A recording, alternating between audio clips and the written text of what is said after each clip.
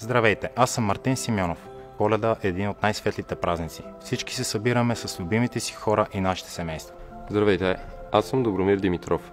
Хебър не е просто отбор за Пазарджик. Като мой роден град, цялата общност и града сме едно цяло семейство. Затова от клуба решихме да зарадваме децата от многопрофилна болница Пазарджик с подаръци за предстоящата Коледа.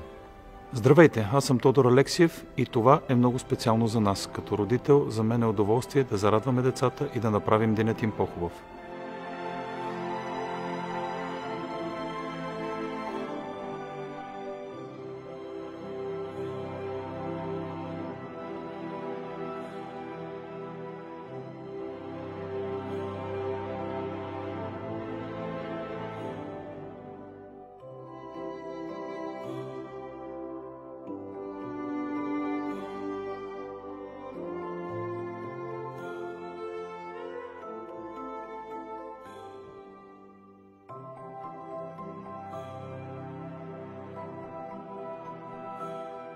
И доста зареждащо е така да видим радостта на децата, когато видят подаръците, които сме подготвили.